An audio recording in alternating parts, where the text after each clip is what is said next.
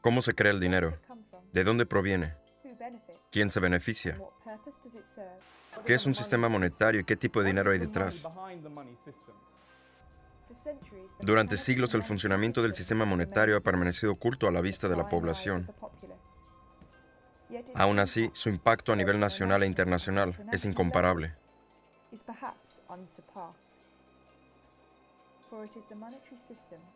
Porque es el sistema monetario el que proporciona las bases para la dominación internacional y el control nacional.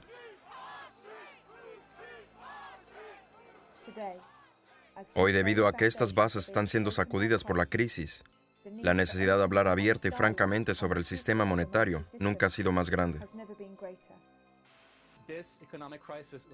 Es como un cáncer. Si uno espera y espera creyendo que esto va a pasar, encontrará que esto solo va a crecer al igual que un cáncer y va a ser demasiado tarde.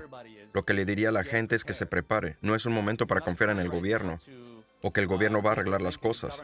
No es el gobierno el que controla el mundo, es Goldman Sachs. Estamos al borde de una tormenta perfecta.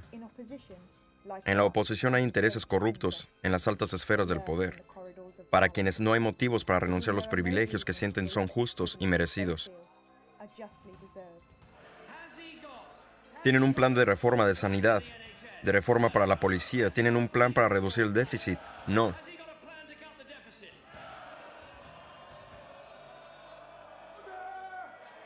Orden, desorden, orden. Confía en el gobierno. Cálmense e intenten comportarse como adultos, y si no pueden controlarse, salgan de la cámara. Lo arreglaremos sin ustedes. Comedor social para el sector bancario. No es una coincidencia que los auges y caídas se convirtieran en un problema cíclico alrededor del siglo XVII, cuando William Paterson fundó el Banco de Inglaterra.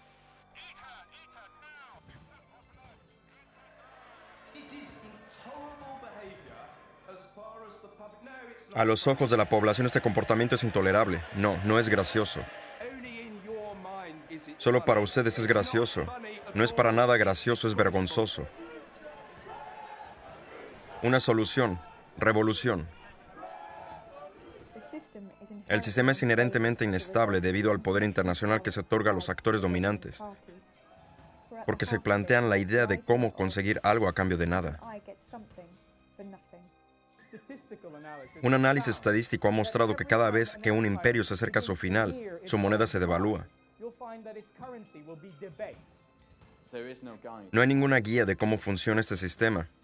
Por ejemplo, un investigador de la BBC, que trabajaba en un documental de Robert Peston, fue al Banco de Inglaterra y dijo, ¿pueden darme una guía de cómo se crea el dinero? Le dijeron simplemente, no. Este documental investiga y explica este sistema siempre cambiante y el impacto que tiene a nivel nacional e internacional.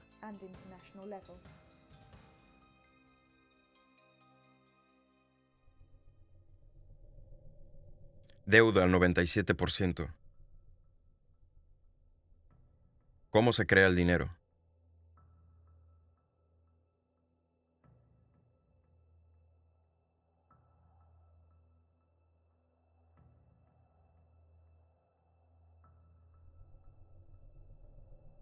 Billetes y monedas.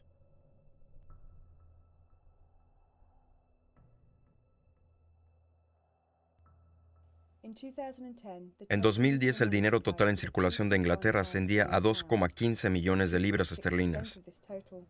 El 2,6% era dinero en efectivo y el resto, 97,4%, era dinero de la banca comercial.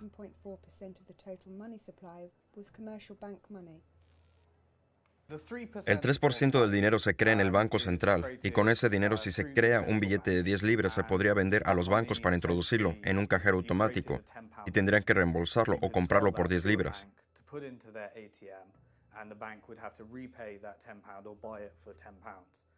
Ese dinero no tiene ningún interés y se añade al erario, y es una forma de recaudación de fondos para el gobierno.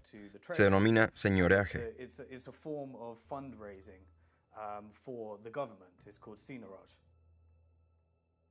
Señoreaje. Ganancia obtenida por un gobierno mediante la emisión de moneda, la diferencia entre el valor nominal de billetes y monedas y sus costes de producción. Cuando el Banco de Inglaterra crea un billete de 10 libras que le cuesta imprimir 3 o 4 peñiques y lo vende a los grandes bancos por su valor nominal, es decir, 10 libras, y la ganancia, la diferencia entre la impresión del billete y venderlo por 10 libras, va directamente al tesoro.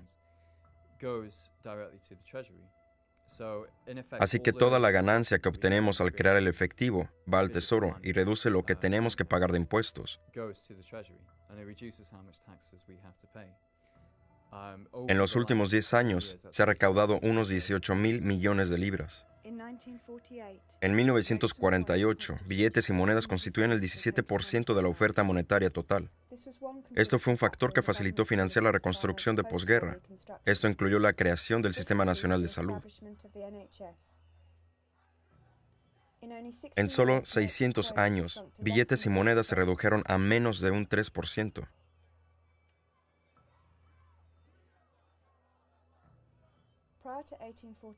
Antes de 1840, los bancos privados creaban los billetes y el gobierno no se beneficiaba de su creación. En la época preindustrial coexistían múltiples formas de dinero. El ascenso del dinero fiduciario, patrocinado por el gobierno, es un fenómeno bastante nuevo. En 1840 no había ninguna ley que impidiera que los bancos crearan sus propios billetes, así que solían emitir vales como un tipo de indicador de lo que se tenía en la cuenta bancaria. En lugar de tomar las pesadas monedas en el banco para ir a pagar con ellas, uno podía conseguir su vale con el valor del dinero que se tenía en el banco y entregárselo a alguien quien lo usaba para ir por las pesadas monedas al banco. Con el tiempo, estos vales se volvieron tan buenos como el dinero mismo. El uso de los vales se popularizó para evitarse la recogida de dinero real en el banco. Y obviamente, tan pronto como los bancos se dieron cuenta de que lo que estaban creando se había convertido en la forma dominante de dinero en la economía, se dieron cuenta de que creando más podrían generar ganancias. Con solo imprimir nuevos billetes y prestarlos, obtenían el interés adicional. Y así lo hicieron hasta la década de 1840, cuando se les fue la mano causando inflación y desestabilizando la economía. Entonces, en 1844, el gobierno conservador de Robert Peel aprobó una ley que les quitó el poder de crear dinero bancario y se lo entregó al Estado. Así que desde entonces el Banco de Inglaterra ha sido el único organismo autorizado a crear billetes.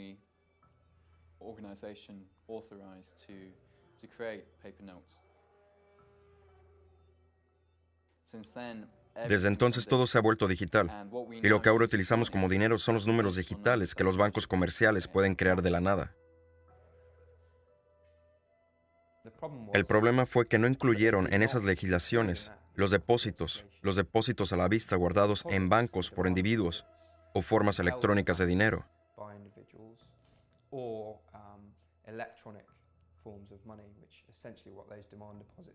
Hoy en día la mayor parte del dinero en circulación es dinero electrónico. Son los depósitos a la vista bancarios que están en nuestras cuentas. De alguna manera la legislación tiene que ponerse al día con la evolución del dinero electrónico y la manera como los bancos funcionan realmente.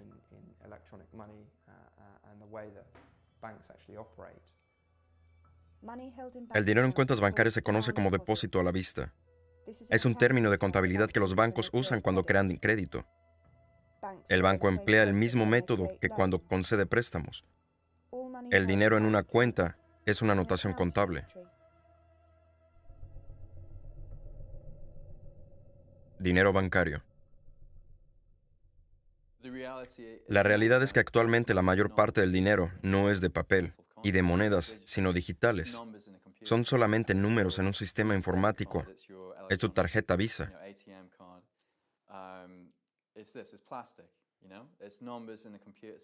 Tu tarjeta de crédito es este plástico. Son números en un sistema informático que pasan de un ordenador a otro. Todo está almacenado en una gran base de datos y ese dinero es lo que utilizamos para pagar. Es lo que utilizamos para mover la economía. Creo que mucha gente en el Reino Unido piensa probablemente que el gobierno o el Banco Central tiene el control de la mayor cantidad de dinero en circulación y emite el dinero nuevo. Pero eso no es así. Los bancos privados son los que crean la mayor parte del dinero en circulación y también deciden cómo se reparte.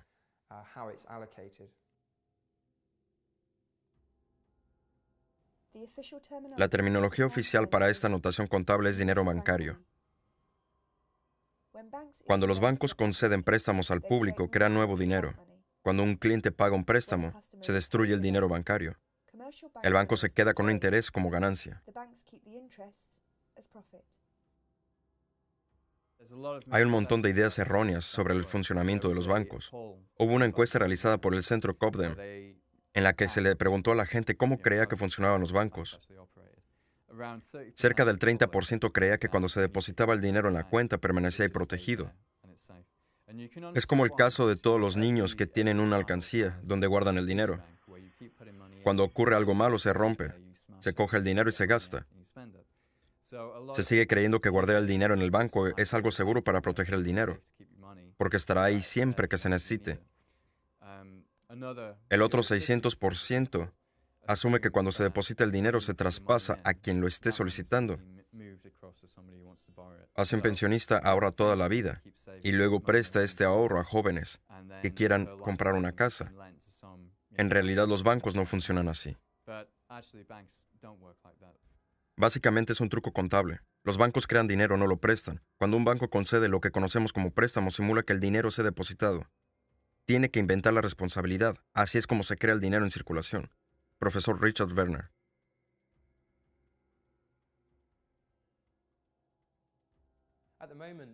Ahora la creación y el control del dinero en Inglaterra están en manos de los bancos privados. Cerca del 97 al 98% del dinero que se crea se puede llamar dinero de deuda, bancario. Cuando los bancos emiten dinero para circulación en forma de préstamos, es un hecho poco comprendido. No es una teoría conspirativa, es la manera como el Banco de Inglaterra describe el proceso. Cuando los bancos hacen préstamos, crean dinero nuevo. El papel más grande en la creación de dinero es realizado por el sector bancario. Cuando los bancos hacen préstamos, crean depósitos adicionales para aquellos que han pedido prestado el dinero. Paul Tucker, subdirector del Banco de Inglaterra. Unos pocos economistas comprenden cómo funciona el sistema monetario. Pero si alguno no entiende cómo funciona el dinero y creen que todos los ahorros van a salvar la economía, están equivocados. Lo que realmente sucede es que si todo el mundo comienza a ahorrar cantidades de dinero, la economía se encoge y tenemos una recesión. La mayoría de los economistas no tienen esa idea clara, no comprenden los elementos del sistema. Se basan en suposiciones, en conocimientos que han adquirido, sin entrar en los detalles, y el dinero es el centro de la economía.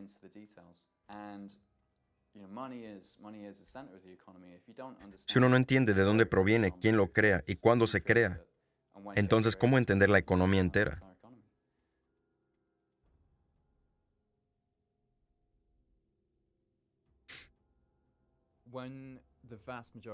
La mayor parte del dinero que usamos no es efectivo, sino dinero electrónico. Entonces, quien lo crea es quien obtiene los beneficios de crear ese dinero, ya que crearlo es mucho más rentable que crear dinero físico, debido a que no tiene costos de producción. Así que mientras se obtuvieron 18,000 millones de libras de ganancias en la creación de efectivo en lo largo de la década, los bancos han creado 1,200 billones de libras. Entre 1998 y 2007, el dinero en circulación en Inglaterra se triplicó. Los bancos crearon 1,200 miles de millones de libras, mientras que el erario se hizo con 18 billones. Cuando alguien lo dice o cuando la organización Positive Money lo dice, mucha gente cree que somos locos. Pero el 9 de marzo de 2009, el director de la Reserva Federal, Ben Bernanke, dio la primera entrevista televisada jamás dada por un director del Banco Central de Estados Unidos. El día antes de haber rescatado a la AIG, que es una compañía de seguros, ni siquiera un banco realmente, por una suma aproximada a 160,000 millones de dólares. Por lo que el periodista le dice, señor Bernanke, ¿de dónde sacaste 160,000 millones para rescatar a la AIG? Están gastando el dinero de los impuestos. No es de los impuestos. Los bancos tienen cuentas con la Reserva Federal. De igual manera que uno tiene cuentas en un banco comercial, así que para prestar a un banco simplemente utilizamos el ordenador para marcar el tamaño de la cuenta con la Reserva Federal.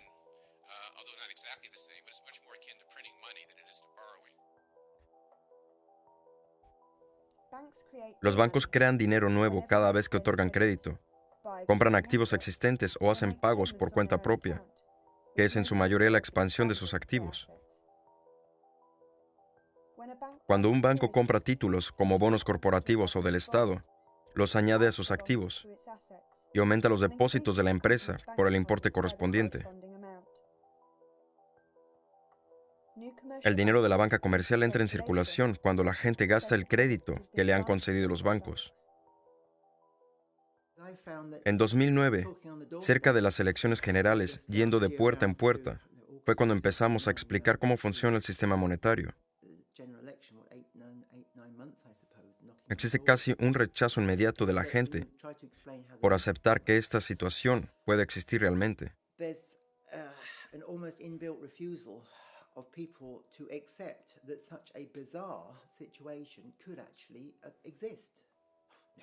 No, no puede ser. ¿Qué quieres decir? No, los bancos no pueden crear dinero de la nada. Es absurdo. No pueden hacerlo. No pueden prestar el dinero del depositante. La gente tiene una idea general de cómo es el dinero. Están acostumbrados a su manera de tratar con él. Y tratan de extrapolar esa idea de economía doméstica hacia la economía nacional. Esto no funciona así. En 2008, la cartera de créditos por pagar de crédito bancario creado, también llamado dinero bancario, se sitúa en más de 2 billones. En 1982, el índice de billetes y monedas en depósitos bancarios fue de 1 a 12. En 2010, el índice se incrementó hasta 1 a 37. Por cada libra que se creaba en el Tesoro Público, los bancos creaban 37 libras. En los 10 años anteriores a la crisis de 2007, el dinero de la banca comercial de Inglaterra creció anualmente entre un 7 y un 10%. Una cifra de crecimiento del 7% equivaldría a doblar el dinero en circulación cada 10 años. La cantidad de dinero que se está creando de la nada es asombrosa. 1.200 billones en los últimos 10 años. Ese dinero se distribuye en función de las prioridades del sector bancario, no de las de la sociedad. El propio sector bancario creció de 2,5 billones de dólares en los 80 a 40 billones gracias a los activos. En los 80, los activos bancarios mundiales valían 20 veces más que la economía mundial.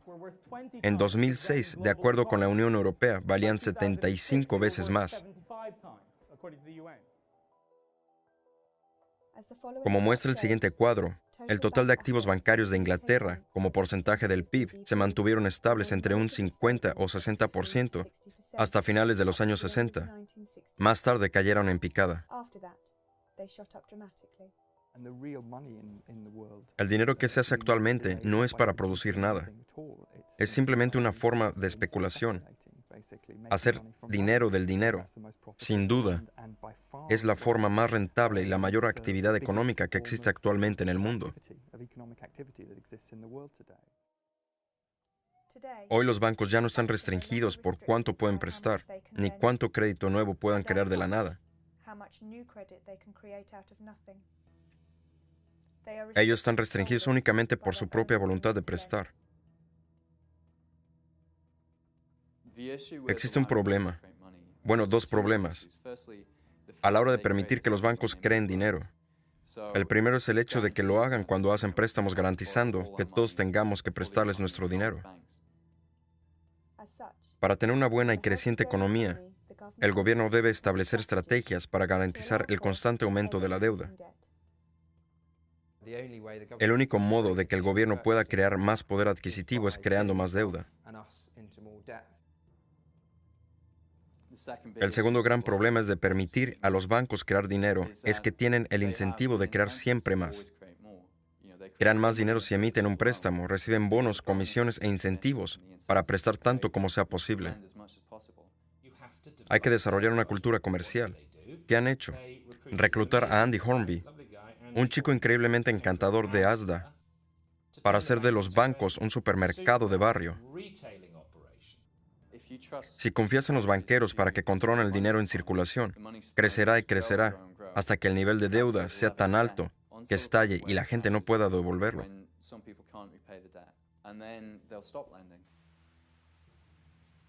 Se oye a los políticos y periodistas decir, hemos vivido por encima de nuestras posibilidades. Nos hemos vuelto dependientes de la deuda. Tenemos que controlar nuestros gastos y vivir modestamente. En el sistema actual eso no es posible. La razón por la que tenemos esta deuda no es porque hayan estado haciendo préstamos. No hemos cogido prestado todo el dinero que los pensionistas han estado ahorrando toda su vida. El dinero en el sistema actual es deuda. Se crea cuando los bancos hacen préstamos. La única manera de tener algo de dinero para llevar a cabo operaciones sería si todos pudieran pedir prestado a los bancos. Es justamente lo contrario de lo que dice el Partido Conservador, que considera que primero hay que ahorrar para poder mejorar la sanidad. Es por los economistas que han confundido tanto los términos de la política monetaria como el pensamiento económico, y por la gente que sigue con esa mentalidad anticuada, creyendo que se necesita ahorrar para poder invertir, por lo que tenemos el lío en el que estamos hoy. Ahora, una de las razones por las que nos resulta difícil comprender el sistema bancario y la creación de crédito es que salimos de la escuela sin dinero. Vamos y obtenemos un trabajo como aprendiz de plomero. Trabajamos muy duro todo el mes y al final del mes alguien pone dinero en nuestro banco. Así que para todos nosotros la lógica es, se trabaja, se obtiene dinero y se ahorra. En realidad, uno nunca habría tenido ese trabajo si el crédito no se hubiera creado en primera instancia. Es una concepción errónea muy importante de la que la gente no tiene la culpa. Los economistas no entienden esto. El dinero no surge de la actividad económica. Mucha gente asume que si se tiene negocios y la gente hace cosas, de alguna manera el dinero surge del proceso. Cultivar, vender y producir cosas, que de alguna manera el dinero surge solo. No es así. Es como echarle aceite al coche. Hay que introducirlo.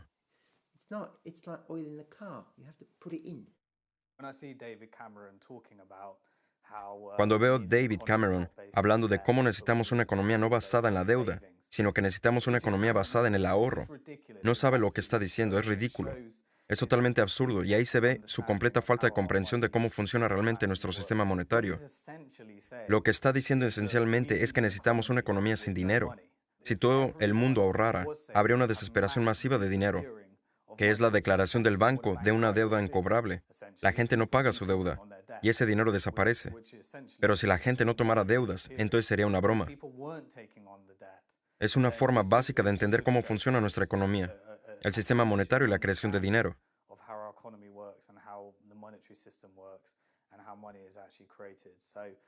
Me río viendo de lo que la gente dice, repiten lo que han aprendido unos de otros. Me pone nervioso cuando alguien dice, si necesitamos más reglamentos, hay que regular los bancos y sus bonificaciones.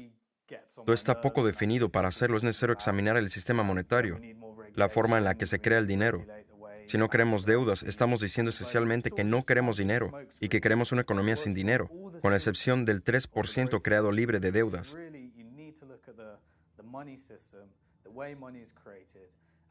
If we don't want any debt, then we're essentially saying we don't want any money and we want a moneyless economy with the exception of the 3% that's created debt-free. Es una paradoja en el sistema actual. Si nosotros como público nos endeudamos más, se pone más dinero en la economía y vamos a tener un boom. Cuando esto ocurre, es más fácil conceder préstamos, por lo que la deuda es aún mayor. Y este ciclo continúa. Se vuelve más y más fácil endeudarse, provocando que algunas personas tienen tantas deudas contraídas que no pueden ni hacerlas ni pagar sus hipotecas. Eso se dio por primera vez en las hipotecas americanas, provocando una oleada de impagos que afectó a los bancos. Los bancos se declararon insolventes, dejaron de conceder préstamos y se produjo una crisis financiera debido a que con el boom concedieron demasiados préstamos, dejaron de hacerlo y provocaron una recesión aún peor. La gente perdió su trabajo, haciendo que dependiera aún más de la deuda. Tenemos un sistema en el que necesitamos préstamos para tener una economía. Tenemos que estar en deuda con los bancos para que así se obtengan beneficios.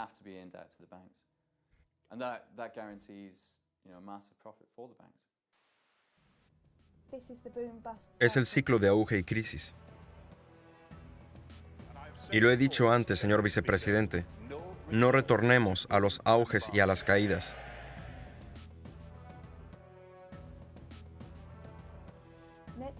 El crédito bancario neto debe aumentar siempre. Pagamos intereses por cada libra, incluso si uno piensa que el dinero le pertenece. Alguien en algún lugar está pagando intereses por ese dinero. El sistema bancario tiene un impacto enorme en el mundo, pero solo porque provee la oferta monetaria de la nación. Tenemos que protegerlos, subvencionarlos, permitirles continuar, porque el colapso de un banco nos afecta a todos de una manera enorme. Quien diga que no deberíamos haber rescatado a los bancos no entiende bien la naturaleza de nuestro sistema monetario. Es como tirar una gran parte de nuestro dinero. También rescatar los bancos perpetúa un sistema que nunca va a funcionar de todos modos. Hagamos lo que hagamos, siempre vamos a tener este ciclo hasta que separemos la creación del dinero y las actividades de la banca. Entonces los bancos podrían hacer lo que quisieran. Serían un negocio normal como todos los demás. Hay otro gran problema. Existen los bancos privados que buscan beneficios y que crean hasta 200,000 millones de libras al año. Lo inyectan en la economía de forma que puedan obtener beneficios. Lo invierten en activos tóxicos, como en la burbuja inmobiliaria, haciendo la vivienda más cara. En 2007 se introdujeron 200,000 millones de libras creadas de la nada. Y de hecho, donde este se usa determina la forma de nuestra economía. Si vamos a permitir que alguien cree el dinero de la nada, por lo menos deberíamos tener cierto control democrático sobre el uso de ese dinero. O sea, preferiríamos usar ese dinero en el sistema de salud, o para abordar algunos de los problemas ambientales, o para reducir la pobreza. O preferiríamos usarlo para encarecer las casas, para que nadie pueda permitirse el lujo de vivir en una casa.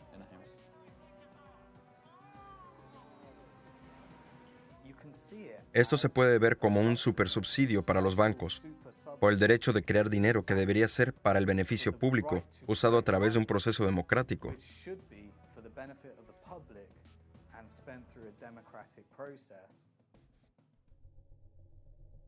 Moneda de reserva del Banco Central.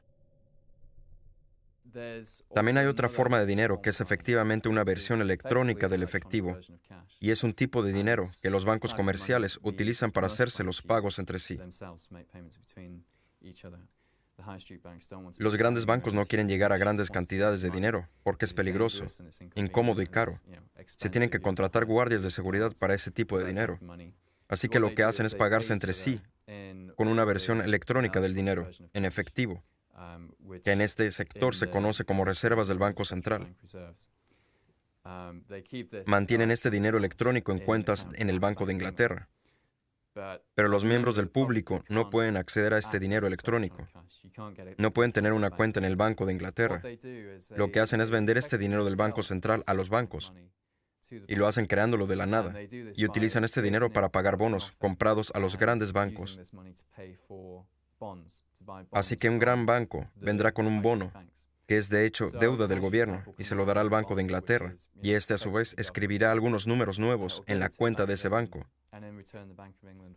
De hecho, están creando reservas del Banco Central de la nada.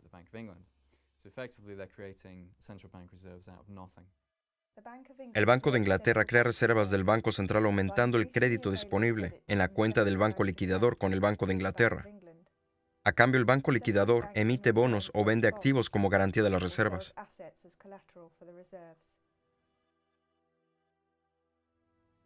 Un total de 46 bancos tienen cuentas de reserva central con el Banco de Inglaterra. Los bancos más pequeños o extranjeros tienen cuentas con uno de estos bancos para aceptar o hacer pagos en libras.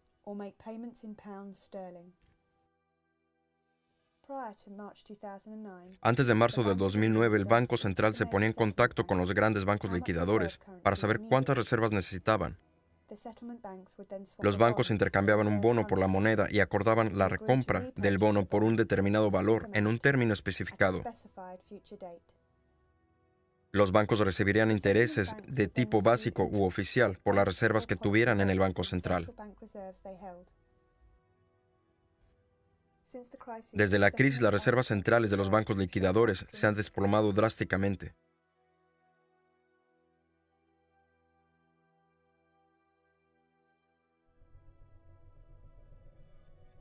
Importancia de las reservas del Banco Central. Cuando un cliente realiza una transferencia de su cuenta a otra persona, se produce un proceso llamado liquidez intradía. La cantidad de la moneda de reserva central con que el banco A cuenta en el Banco de Inglaterra se reduce por la cantidad correspondiente que recibe el banco B. Esta es la importancia de la moneda para los bancos. Antes de la crisis del crédito, si a un banco le faltaba reservas centrales en el Banco de Inglaterra para cumplir con sus obligaciones, tenían que prestar reservas de otros bancos.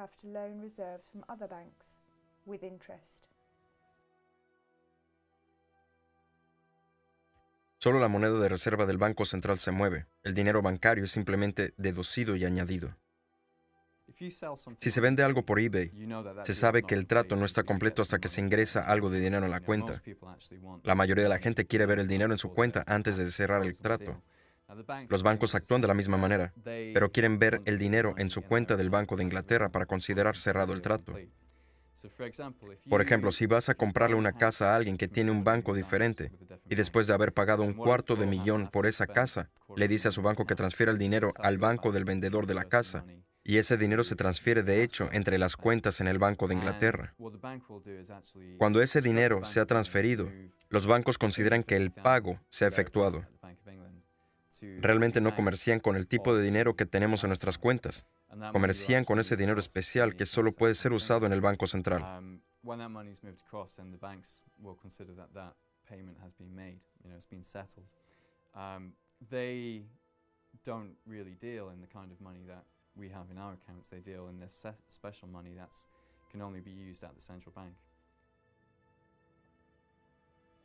Hay millones de personas que transfieren dinero utilizando algunos de los bancos más importantes del país.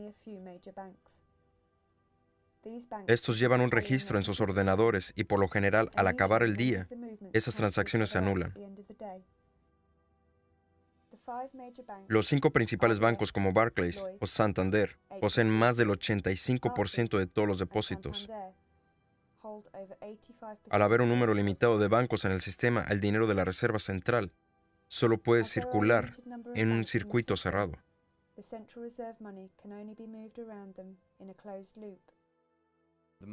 Ese dinero circula todo el tiempo por el sistema, y si se piensa bien, una moneda de 1 libra se podría utilizar para hacer 1,000 millones de libras en pagos, si circulara 1,000 millones de veces.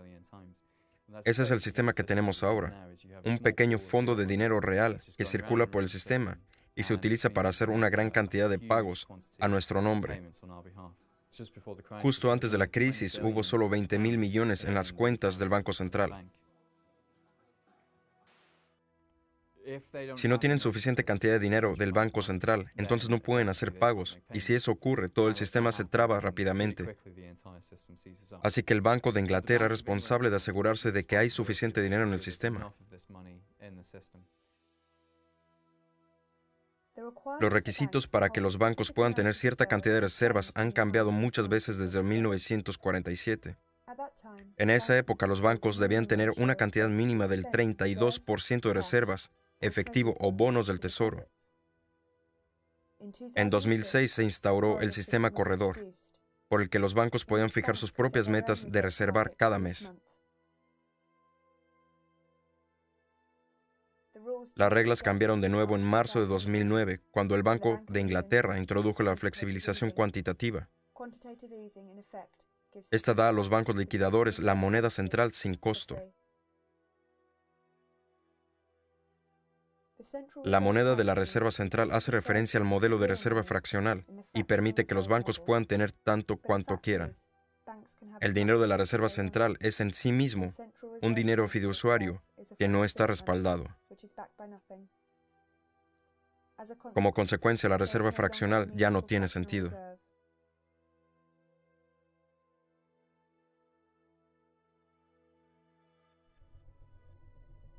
Una breve historia del dinero. Si echamos un vistazo a 150 años atrás, vemos que el desarrollo del patrón oro comienza a entrar en acción entre los años 80 y 90 del siglo XIX.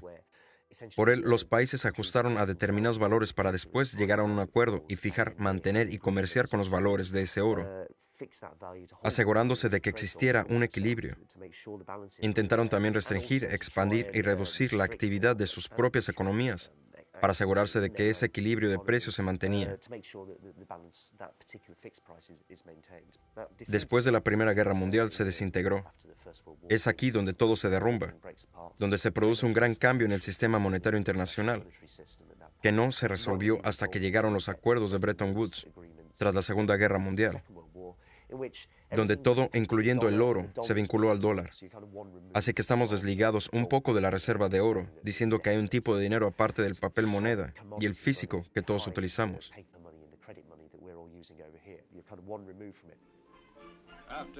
Después de Hiroshima, Tokio se preguntó, aunque no por mucho tiempo, cuándo caería la siguiente bomba atómica.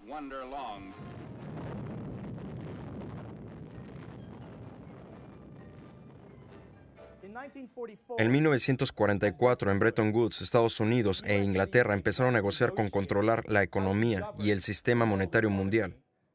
Crearon el Banco Mundial y el FMI y otras instituciones para gestionar el dinero mundial, atendiendo al patrón oro, que estaba ligado al dólar.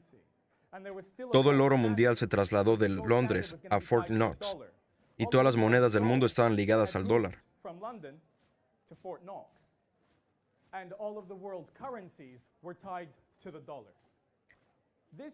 Este sistema se diseñó para controlar desequilibrios económicos y evitar la contracción de créditos. Para algunos países, esta concentración se conoce como déficit de la balanza comercial y ocurre cuando no pueden pagar las facturas y su moneda se colapsa. La moneda y el sistema eran estables, siempre que los americanos lo supervisaron. ¿Alguien sabe cómo acaba esa historia? Con el dinero que se financió la guerra de Vietnam. Junto con la crisis del petróleo, esto demostró que los americanos no estaban controlando el acuerdo del sistema monetario. Estuvieron incrementando el valor de su moneda, que debía de estar ligada al patrón oro y a las demás monedas. ¿Y qué hicieron los franceses? Estaban preocupados de que Nixon no estuviera siendo del todo sincero. Estaban preocupados porque Nixon estaba imprimiendo dinero cuando no debería.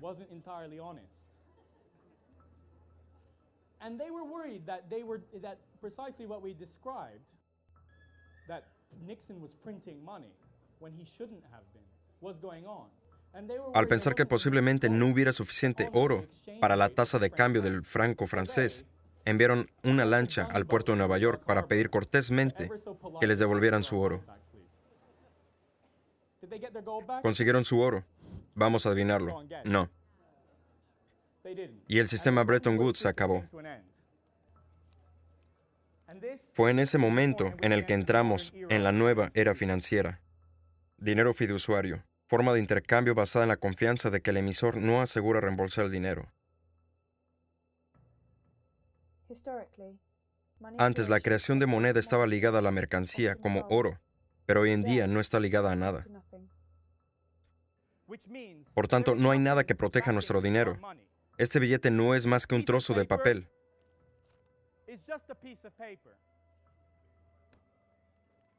¿A dónde nos lleva esto? Si el dinero no se basa en nada, ¿por qué creemos que tiene algún valor? ¿Perdón? Porque aún podemos ir a cambiarlo. ¿Cómo? Alguien iba a hablar. ¿De qué palabra latina viene crédito? De creencia, correcto. Creeré, igual a creer. Desde la caída del patrón oro del dólar en 1971 y la desregulación del sistema financiero, la creación de dinero ha crecido exponencialmente. El Foro Económico Mundial, que se reúne en Davos, ha apelado a la necesidad de incrementar el crédito de la economía mundial a 100 billones de dólares americanos.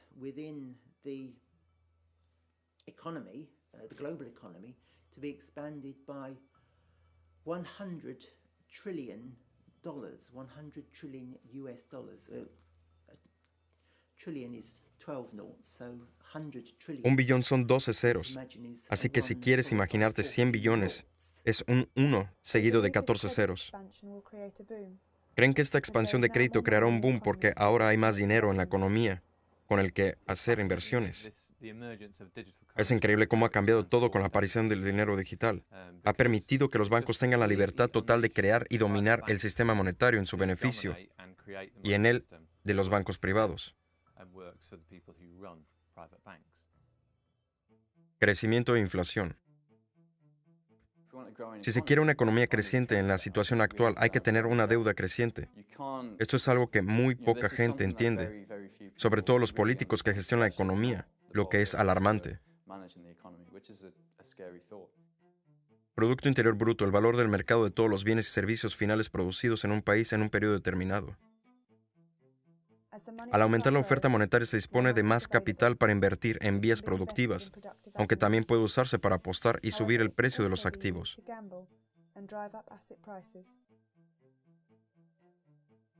Un aumento de la oferta monetaria es probable aumento relativo en la actividad económica. Los efectos de una expansión rápida del crédito. La inflación es un aumento de los niveles generales en los precios de los bienes y servicios de una economía durante un periodo de tiempo.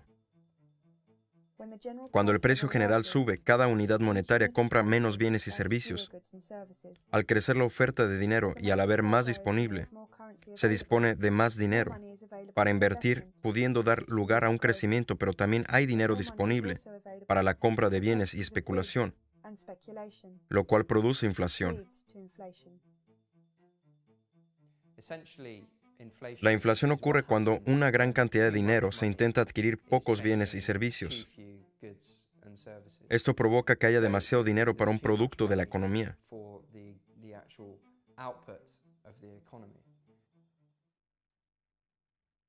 En los 7 años entre 2000 y el 2007, la oferta de dinero se duplicó y el Banco de Inglaterra creía que por aquel entonces que todo estaba bajo control, porque decían que los precios no estaban subiendo tanto. Por supuesto, ellos miraban a los precios de la tienda local de la esquina y no a los de la vivienda, ya que es ahí donde la gente invierte grandes cantidades. Muchos países occidentales subvencionan fuertemente la producción agrícola, lo que tiene el efecto de mantener los precios y la inflación baja. El aumento de precios de la vivienda puede hacerte sentir que te vuelves más rico, pero mientras tu riqueza aumenta, el efecto es que disminuye la riqueza de tus hijos.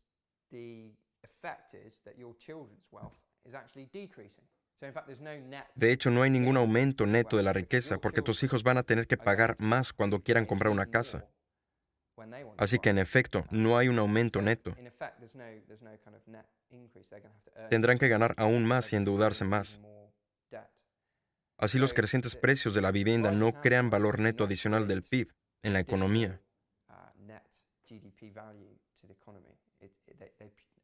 En realidad se redistribuye la riqueza hacia los que ya tienen casas, es decir, la gente más rica, y se la quita a los pobres, que no pueden subirse en la escalera de la vivienda. Así que permitir que los precios de la vivienda se inflen es otro ejemplo de políticas muy regresivas. Hace sentir a la gente que las cosas van bien y que gastan dinero en otras cosas. Les quita el patrimonio neto a sus casas, pero no está creando nuevos puestos de trabajo. No mejora la calidad de la economía. No ayuda a nuestra balanza de pagos o déficit público. Es un juego que suma cero.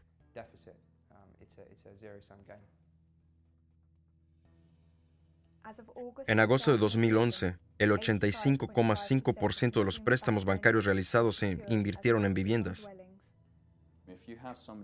Si alguien está creando un dinero que solo puede gastar en una cosa, en este caso, la vivienda, ese precio va a subir. Entre 2000 y 2010 se creó más de 1 billón de libras de dinero nuevo, y justo 3 años antes de la crisis se crearon 500,000 millones de libras. Ese es el motivo por el que los precios de la vivienda subieron tanto. Fue una excusa para inyectar ese dinero en el mercado. Si el dinero se invierte en la economía, una parte irá, por ejemplo, a las hipotecas y provocará un aumento del dinero en la economía, pero no un crecimiento en la actividad de ese producto, en el PIB. Es un gasto no basado en el PIB. Eso es lo que causa la inflación. En Inglaterra, este gran boom inmobiliario ha durado mucho tiempo.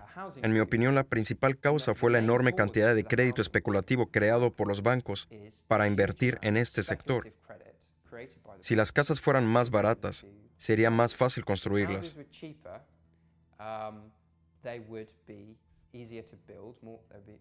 Se construirían más.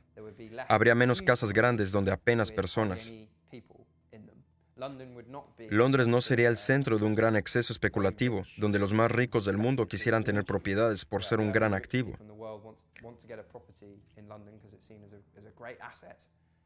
Las casas serían vistas como lugares para vivir, sobre todo en vez de lugares para invertir. Lo importante es pensar que si eres un banco y tienes que hacer un préstamo, existen diferentes opciones. Se puede darle ese préstamo a un negocio pequeño y que se abra el riesgo de que ese préstamo falle o incumpla es bastante alto, debido a que las pequeñas empresas, los dueños de estas, tienen responsabilidad limitada, lo que significa que si ese negocio quiebra, el banco no obtendrá prácticamente nada. Así que esa es la clase de alto riesgo comparado con prestar su dinero a alguien que tiene algunas garantías, con una casa detrás como hipoteca. Hay un incentivo para que los bancos prefieran poner dinero en vivienda y no en negocios pequeños. Ahora, es un verdadero problema si se extiende por toda una economía, porque significa que hay un incentivo para ingresar dinero en inversiones especulativas y no productivas. Repito, tenemos que pensar en cómo creamos un sistema monetario que sea más equilibrado entre esos dos tipos de inversión especulativa y productiva. El gobierno está mostrando gran renuncia en regular el mercado de la vivienda y también regular la cantidad de dinero que los bancos ponen en casas. No decidimos quién crea el crédito. Dejamos que un par de tipos en un banco lo decidan. Una breve historia de burbujas. Las burbujas ocurren cuando hay un gran aumento en el precio de un bien o servicio durante un corto periodo de tiempo. La primera burbuja fue la de los tulipanes de 1637. La importancia que tuvieron los tulipanes nos muestra la primera burbuja financiera y su colapso. La moda de los tulipanes negros, era un ideal mítico de lo que alguien podría conseguir con la ingeniería genética tras muchas generaciones. Se volvió una manía en Holanda en los años 30 del siglo XVII. Lo que no sabían era que muchos de los raros tipos de bulbos de tulipanes no habían sido alterados genéticamente, sino causados por un virus. Pero ellos los comerciaron hasta el punto en que los tulipanes costaban 10 veces el salario anual promedio de un trabajador. Vieron, por tanto, que había un futuro en el negocio de los bulbos, porque una vez que los plantaban, no sabías qué iba a salir. Ya vemos hace 400 años que los sistemas monetarios financieros no son un ente abstracto, sino que están relacionados con el gobierno, el poder, el comercio y cómo se relacionan entre sí.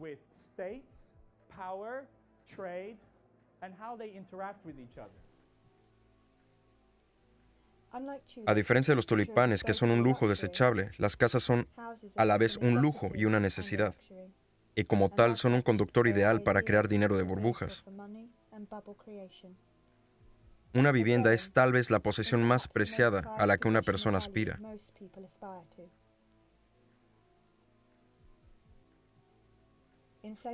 Inflar los precios de la vivienda permite a una nación ampliar su oferta monetaria sin afectar los índices de inflación. El poder de compra adicional aumenta la riqueza percibida en relación con otras naciones y así crea un poder relativo. Es una forma de aumentar el poder monetario sin invertir en el crecimiento productivo de la industria. Si tomamos como ejemplo a Inglaterra y Estados Unidos, vemos que son países con altos índices de viviendas en propiedad, por lo que son una buena base para intentar aplicar esta política.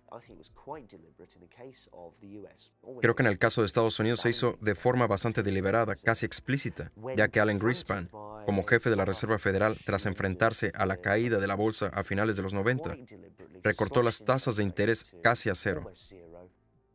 Todos podemos acceder fácilmente a préstamos, en particular si tenemos una casa, puesto que es un activo y es algo de lo que el banco puede decir: bien, tienes una casa, así que en caso de que no puedas devolver el préstamo, te lo prestaremos. No te van a decir esto cuando te concedan la hipoteca, pero pueden hacerlo. Esa burbuja será la que alimente la expansión, como en Estados Unidos e Inglaterra, donde se producirá algo similar durante la próxima década. Creo que es un reflejo de una debilidad subyacente de estos gobiernos, que carecen sobre todo de la voluntad y posible de la capacidad. Pero creo que es más la falta de voluntad para desafiar a los mercados financieros, para desafiar el gran capital y decir que ahora se va a hacer de manera diferente y se va a tener que aceptar, porque hemos sido elegidos democráticamente. Tú, en cambio, no. Tenemos un mandato para ello y vamos a lograrlo. Recuerda que todo es parte del plan. ¿De qué te quejas? Votaste por esto. Lo que tuvo Holanda durante el periodo en el que intentó independizarse de España, reuniendo dinero para una armada, fue la innovación financiera. Creó loterías públicas para obtener dinero. Tenían contribuciones públicas. Esta idea llevó a la creación de las acciones públicas, que son parte de acciones en las que cualquiera puede invertir. Eso significó que 2/3 más o menos de la población estaba invirtiendo en bulbos de tulipán en los años 60 del siglo XVII. Tras la independencia, estas acciones se emplearon para financiar la expansión. ¿Cómo un país tan pequeño fue capaz de aguantar ante otros mucho más grandes como España y Portugal, que tenían grandes beneficios de sus imperios con respecto a los Países Bajos? ¿Por qué podían competir? ¿Sobre la base de cuáles recursos? Tenían un sistema financiero más eficiente, más evolucionado, más amplio. Con la innovación de estos instrumentos se pudo canalizar más dinero y más rápido que cualquiera en otro momento dado. Increíble, pero cierto. ¿Cómo evitar la inflación? La inflación se puede evitar si se regula el dinero que entra en la economía de manera que no supere la actividad que esté realizando la economía actual.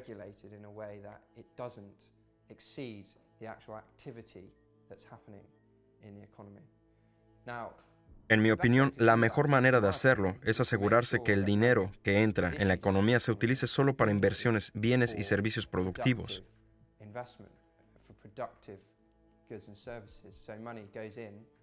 De esta forma, el dinero que se utilizaría para ayudar a abrir pequeños negocios, lo que crearía trabajos y poder adquisitivo adicional, evitando así la inflación. A lo largo de la historia, casi todos los bancos centrales han empleado formas de regulación directa del crédito. El Banco Central determinaba el crecimiento del PIB deseado y luego calculaba la cantidad necesaria de crédito nuevo para lograrlo. Luego asignaba este crédito nuevo tanto a los distintos bancos, tipos de bancos y sectores industriales. El crédito improductivo se suprimía. Era difícil o imposible obtener dinero bancario a gran escala, operaciones puramente especulativas como la actual financiación a gran escala a los fondos de cobertura. En 1993, el Banco Mundial demostró que esta forma de asignación crediticia era el eje principal del milagro económico de Asia Oriental. Los diferentes gobiernos han hecho todo tipo de cosas en el pasado con mucho éxito, en varios casos y a menudo sin éxito en este país. Pero los ejemplos que vienen a la mente, como Corea del Sur, Japón, donde los gobiernos han sido puestos en la mira para equilibrar la economía, seleccionando sectores y decidiendo dónde se debe invertir. Creo que esto debería empezar a suceder en Inglaterra, porque estamos en una recesión por el lado de la demanda, en vez de estar mirando la crisis de suministro. Debes tener un sistema donde el crédito se ponga en vías productivas en la construcción de enlaces ferroviarios de alta velocidad, en la construcción de viviendas, en lugar de dar a la gente dinero para inflar el precio de las casas. Así que en realidad es muy simple. El sistema actual está hecho para no hacerlo.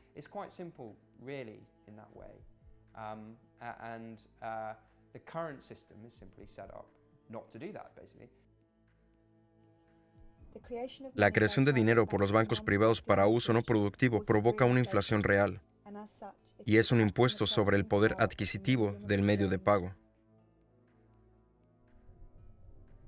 Disminución en el nivel de vida. Las cifras en Inglaterra son bastante alarmantes. La media de ingresos reales ha disminuido en los últimos 8 años. Ahora están en un fuerte declive a medida que estamos en la recesión, el más agudo desde los años 30, por lo que los ingresos reales están disminuyendo.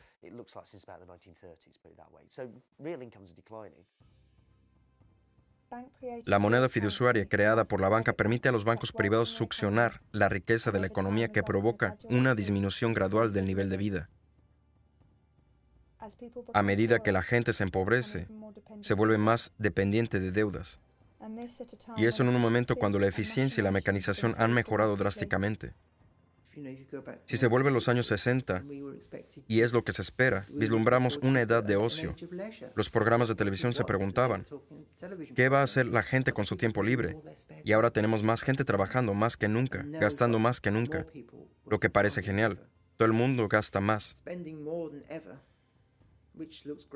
Pero si uno se beneficia de lo que gasta, pero si tiene que gastar el dinero en el cuidado de niños, en los costes de desplazamiento y demás, costes que la gente no tenía que pagar en el pasado porque podía caminar al trabajo, y un miembro de la familia podía quedarse en casa cuidándola permanentemente, entonces no está mejor.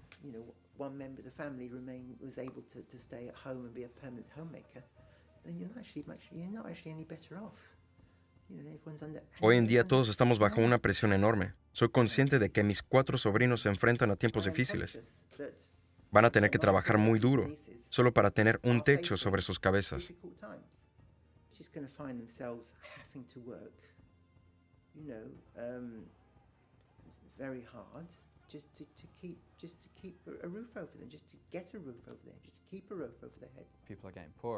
La gente es cada vez más pobre en términos reales. Los precios siempre están subiendo, porque los bancos están inyectando en el sistema todo este nuevo dinero anormal. Y lo están creando todo como deuda. Así que al mismo tiempo que los precios suben, las cosas son cada vez más caras. Nos endeudamos más y más. Nuestra riqueza y el pago por nuestro trabajo es cada vez menor. Uno no puede ocuparse de la pobreza cuando se tiene un sistema financiero y monetario que distribuyen el dinero de los pobres a los muy ricos. Cualquier distribución que se intente hacer en la dirección opuesta es como orinar en el viento. Si nos fijamos en temas como la creciente desigualdad, una evidente forma de abordarla es tener, por ejemplo, un sistema de redistribución fiscal. Se cobran impuestos a los ricos y se da algo de dinero a los pobres. Se envía un poco de dinero a los peldaños de abajo. Todo eso está muy bien. Pero si se pasa por alto el hecho de que existe otro sistema redistributivo que quita dinero a los pobres para dárselo a los ricos, entonces no se va a hacer nada enfrente a la desigualdad. Y la forma en que funciona un sistema monetario basado en deudas garantiza que por cada libra de dinero hay una libra de deuda. Ellos terminan con la deuda y pagando intereses que vuelven a la banca y se distribuyen a la gente que trabaja en la ciudad o en Wall Street. Lo que este sistema hace en general es distribuir el dinero de los pobres a los ricos. Distribuye el dinero de las regiones más pobres del Reino Unido hacia la ciudad de Londres y también distribuye el dinero de todas las pequeñas empresas, de todas las pequeñas fábricas del Reino Unido y al sector financiero.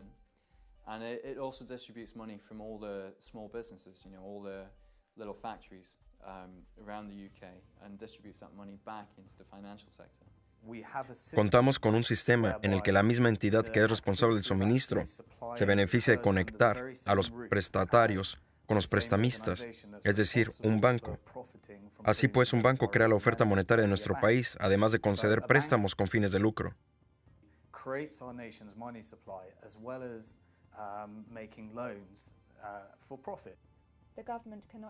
El gobierno no puede permitir el fracaso del sistema bancario porque si lo hiciera, más del 97% de todo el dinero desaparecería. Por eso, en caso de crisis, el riesgo se transfiere al contribuyente. Pero incluso en tiempos normales, los bancos reciben numerosas garantías y beneficios más allá del derecho de crear dinero. Bill, por cierto, sé que el Banco de América es muy grande. Resulta que tengo $32 ahí, entre nosotros. ¿Qué garantía tengo de que este dinero está seguro? Bueno, todos los depósitos de hasta $10,000 están asegurados por el gobierno federal de Washington. Esa es mi garantía. Sí, señor. Has oído que el gobierno federal está endeudado por unos 280,000 millones de dólares. Los bancos reciben grandes garantías del gobierno. El contribuyente garantiza 85,000 libras como seguro de depósito. El Banco de Inglaterra ofrece un seguro de liquidez en caso de que un banco se quede sin moneda de reserva.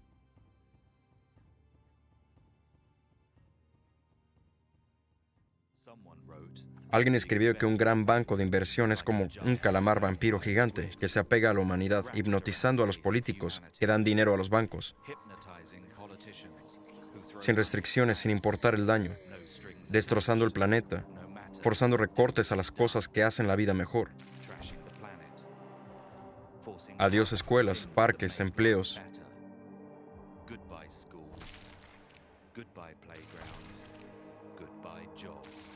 Los banqueros rescatados se otorgaron bonos más altos que la primera ola de recortes del gasto público. Inglaterra dio a los bancos más dinero de lo que costó poner a un hombre en la luna 6 veces. ¿A dónde fue nuestro dinero? ¿Quién dejó que los bancos lo pudieran hacer? ¿Por qué? ¿Pueden ser útiles los calamares vampiro? Ningún gobierno es lo suficientemente valiente para domesticarlos. Quizás necesiten un plan.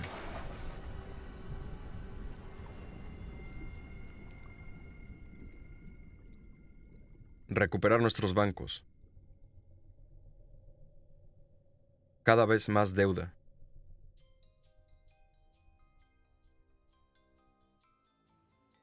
El programa de recortes del gasto es un intento por cambiar la deuda de su cuenta a la del público.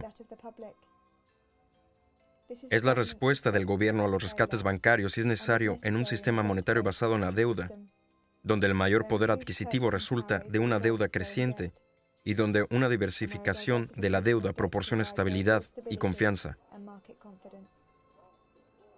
El aumento de las tasas universitarias y la privatización de los servicios públicos activos e industriales siguen el mismo modelo.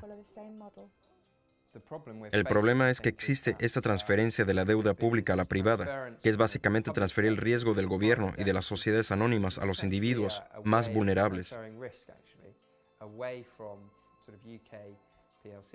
que serán los más endeudados. Por tanto, es una política muy regresiva, en la que se ha embarcado el gobierno para transferir el riesgo a los más indefensos. Si hay otra crisis financiera, por ejemplo, del petróleo, serán los más pobres o los propietarios de viviendas quienes lo pagarán.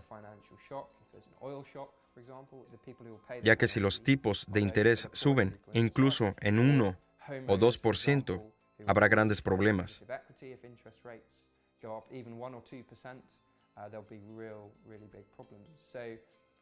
Así que no creo que no es una forma razonable de avanzar en este momento en absoluto. Es regresivo y ciertamente injusto en los términos en los que el gobierno está hablando y ciertamente no es un caso de estamos juntos en esto. Al haber una mayoría de industrias y recursos privatizados, el sector privado se endeuda más. Como resultado, se crea más dinero y se produce un boom. Algunas empresas de capital de riesgo lo han llevado al extremo a enlazarlo con la llamada compra apalancada, que consiste en comprar una empresa a un precio elevado y transferir el precio de compra a la empresa en forma de deuda.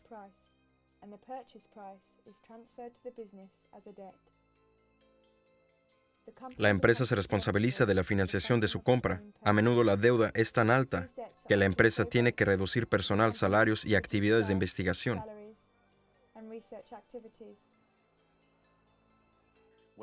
Cuando hay que gestionar los intereses como empresa, si tienes que reembolsarlos a tus bienes y servicios, es necesario cargarle siempre un precio más alto a medida que te endeudas más y más. Un aumento de la diversidad de la deuda produce un incremento en la oferta monetaria. Cuando esta aumenta, hay más dinero disponible para actividades productivas y de consumo, lo necesario para un boom.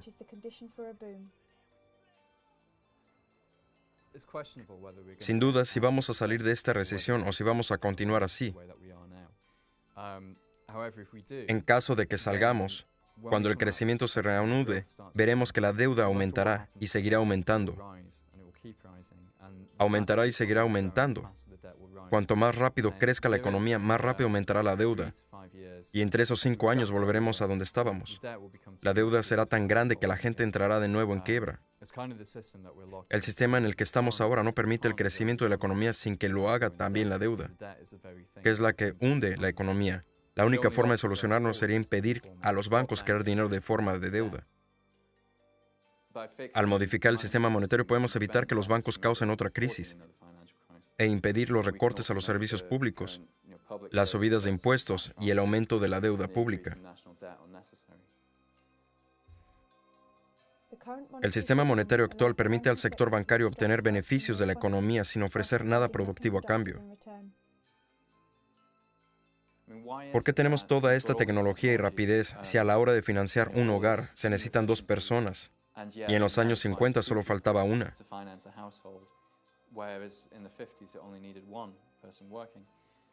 La razón no es porque todo sea más caro, es por toda la deuda y por la falta de recursos.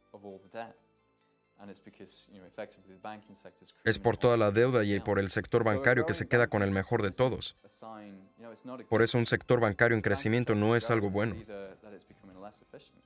Si el sector bancario crece es porque es menos eficiente o porque se convierte en un parásito de la economía. Podemos ver cómo en el sector bancario forma parte del 4 o 5 o 6% del PIB. Pero el resto de la economía constituye el 96, 95, 94% del PIB. Tenemos que cambiarlo ahora. Si se quiere tener la oportunidad de abordar cualquiera de otros grandes problemas sociales, se tiene que resolver el problema del dinero. Quienes siempre pagan por las crisis, aún sin beneficiarse de estos booms especulativos, como es el caso de Irlanda, que presidió a la crisis inmobiliaria, son los más pobres. A lo largo de 30 años ya hemos visto aumentos en las diferencias de ingresos, por el que los ricos se han vuelto aún más ricos y el resto se ha mantenido igual o se ha vuelto más pobre. Una de las formas por las que la economía siguió funcionando fue porque proporcionó crédito barato o deuda a aquellas personas que ya no podían comprar más. Así que siguieron comprando y cuando se derrumbó, esas mismas personas tuvieron que pagar una vez más, a pesar de que fueron víctimas de ello.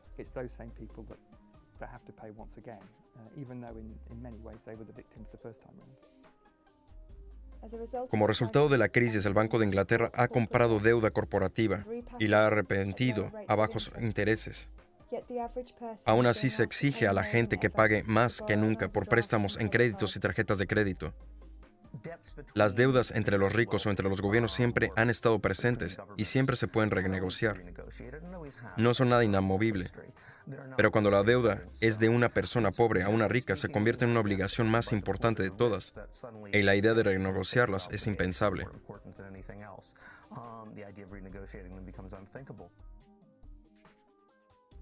¿Podría indicar exactamente qué es lo que haría que los inversores se sintieran seguros?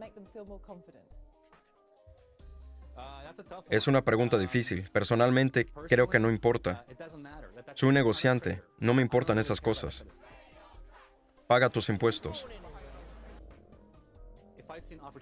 Si veo una oportunidad de ganar dinero, voy por ella. La mayoría de los agentes de bolsa no se preocupan por cómo van a arreglar la economía, por cómo van a arreglar toda la situación. Nuestro trabajo es obtener dinero de ello, y personalmente llevo soñando con este momento desde hace 3 años. Si sabes cómo hacerlo, puedes sacar mucho dinero. Tengo que confesar que cada noche sueño con otra recesión. Sueño con otro momento como este. Sueño con otra recesión. Sueño con otro momento como este. Puedes sacar mucho dinero. Bruno, Virginia lastimó a alguien seriamente. Tienes que ayudarla. Entrando. Si miramos Europa, vemos que el nuevo primer ministro de Grecia, Papademos, un antiguo empleado de Goldman Sachs, fue impuesto y no elegido. Mario Monti, el nuevo primer ministro y ministro de Finanzas de Italia, fue también empleado de Goldman Sachs.